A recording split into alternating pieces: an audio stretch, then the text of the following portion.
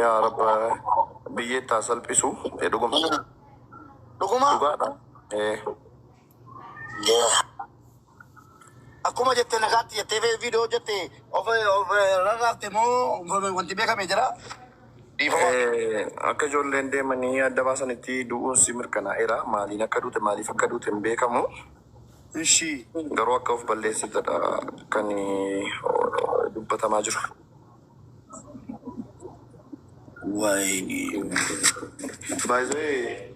Baay'een keessanii boonii beektu nama booniin nama tattaafattu nama carraaqqattu nama miidiyaa kanarratti baay'ee beekamtudha. Warri danuun nama arrabsaanii ture warra arrabsaa turtanii. Torban darbe keessa san jedhee abdii torban darbe keessa rafamaa turte. Warra arrabsaa turtan isiniif ballateera. Jireenya mataasii nama jiraattu lubbuun siin darbu dheeta nama naanii daqiiqaa lama qofa daqiiqaa lamatu itti obsitee lubbuun siin darbu dheeta nama naa. Baay'ee nama gaddisiisa. Sababni du'a siigaa beebii booda ragaa waan ba'utu jira jennee eegna. Wanni tilmaamnu jira amma dubbachuun hin barbaachisu. Wanni tilmaamamu jiraachuu danda'a garuu isheen hin jirtu amma. Obboleewwan keenya shamarranii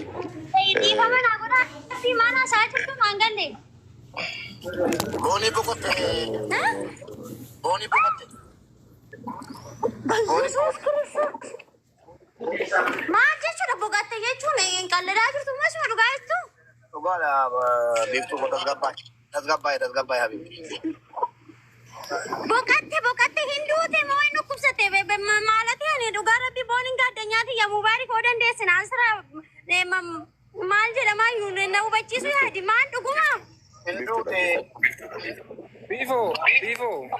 Dhugumaa nugee atinatti mibannaatiif biyya keessa jirta nugee dhugumaa boqotte? beektu nu dhaggeeffatu kaasitti. Dhuguma amma achi deemaatii jirra. Mee daqiiqaa muraasan booda achi egaa malee dubbiin dhugumadha garuu.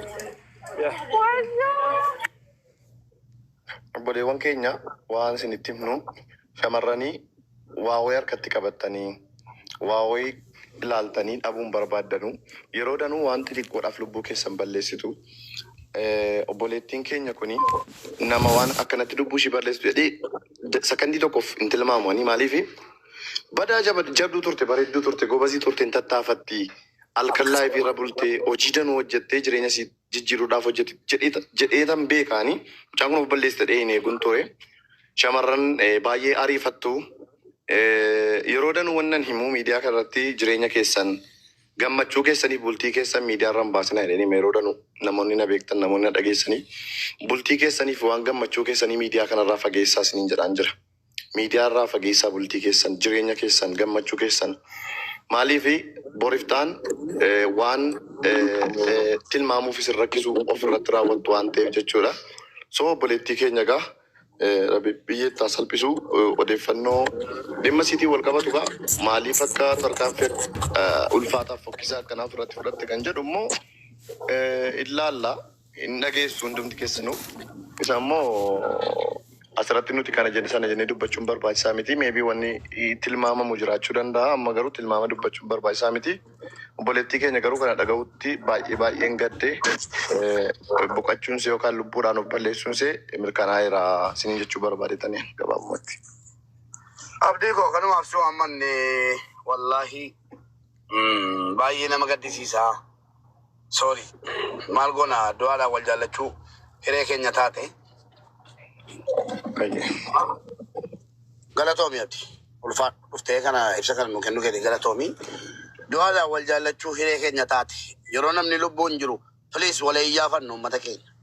Yeroo namni lubbuun jiru yeroo namni dhukkubfatee yeroo namni tattaafatu wal jabeessinu mucaa kana torban darbe keessa warra arrabsaa turtan barreeffamni keessan guutuudhaan bira jira. Tiktookii jechuudha tokko maxxansaa dantaa abbaa barbaadeen qabu barreeffamni keessan guutuun jechuudha.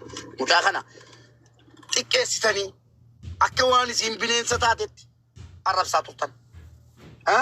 Amma taaziyaa kan maxxansaa ruusin iskiriinshotii qabna ofirra. Amma namni mucaa kana beeku akka sagaleen si dokonne maal akkasiin taate. Geessanii Mamoo dhugaa saartu. maal akkasiin taate warri beektan adaraa rabbii kottaa ol galaatii nutti hima. Maal akkasiin rakkattee jirtu torban kana keessa maal akkasiin miidhamtee jirtu maal kaffaamte dubartiin of ajjeefti binaamini seera sana ana biratti hojjetu dubartiin baay'ee ofeetti baay'ee lubbuusis jaallatti maal kaffaamtee kana itti mucaan kun qabanne viidiyoo kun maal taateetu sheer walii godhaa warri odeeffannoo qabdan akka sagaleen siin dokonne jabaadha. Isiniin jiraatan yeroo tokko hojjettanis waan baay'ee gootanii isiniin darbu. Jireenya akka barbaaddanitti jireenyi akkasiin barbaaddanitti isiniin jiraatan. Kanaafiyyuu biyya lafaa kanarraa wanti boqonnaa namaa kennu yoo jiraate du'a qofaadha. Anis amma guyyaa irratti waan hojjedhe isin qabu isin jibbisiise isin gaddisiise warri jirtan dhiifama naa godha. Anaafi guyyaa irraa guyyaa boqonnaa gootiiti. Yeroo gaarii qabaadha. Jechaan qabu bakka. Anaaf kun guyyaa dhumaati. Guyyaan boqonnaa koos har'adha. Isin jaalladha. Yeroo gaarii qabaadha. Yeroo tokko namni mucaa kana beektanu kunola nagaatti yaa biyya lafa jettee barreessitetti namni hubachuufii danda'een jiru namni dhagahee fi jiru. Hai guys, sarara mau bincang kau nak disebut boleh nak kejuran, mau mana mana dari jurah, malah kerja disebut tu, rada mana kerja disebut, rada mana sering kau nak tu, kau dah tanya cuma. Amma bertanya itu mucaa. Warna rada mana kau pusing kerja disebut, Mucaa makiinaa bitte takka. Eeyyen boon. Laa ilaaha Amma bertanya. Bawo barree jira ka amma duraanin barree ubarani. Bonis. Amma sunu batin nirra. Namni dhaggeeffata makasti kuttaniin taana. Namnan barbaadu. Namoonni waa'ee mucaa kanaa beektanu itti dhiyeenyaan sheer godhaati. Maal akkasiin taate rakkoo maaliiti? Ilaa harka walirra qabuudhaa ba'a. Harka walirra kaachuu harka walirra qabuudhaa ba'a. Mucaan kun maali mataa turte? Namoonni firoottan boonii yoo jiraattan ol galaa ummatatti maddaa ana gaafataman. Sagalee keessa nageessifadha. Mucaan kun maal taatee jirti? Bilbilli sii nuuf akka qabamu. Bilbilli sii hafuudhamu irraa maal kaffaa'amte mucaan kun? Maali? Dubartiin akka qalbii tofina jirtu. Sasin dubartiin akkana dubartiin laafte hin jarjarti binaamin annabana biratti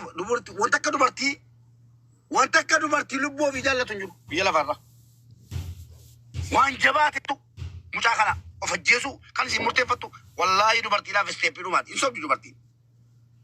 Dubartiin isteeppii dhumaati duuti isteeppii dhumaarra. Inumaayyuu dhiirri gaafa ka'e kan xiqqilloof godhu dhiiran jedhaan akka godhutti. Akka nama tokkotti jechuudha. Dubartiin waan jabaatetu sini galee waan jabaatetu of ajjeessa. Maal taate mucaan kun? Maal kun? Namni amalan nu bareega. Firaankiidha jedheen dadhabe obboleessa kooniyyuu. Keessaan barreessee nama naa deebisu nabi. Anuu firaankiidha. Lakki booniin firaankiin itti godhaatti. Akkuma malasii durii jedheen ilaalee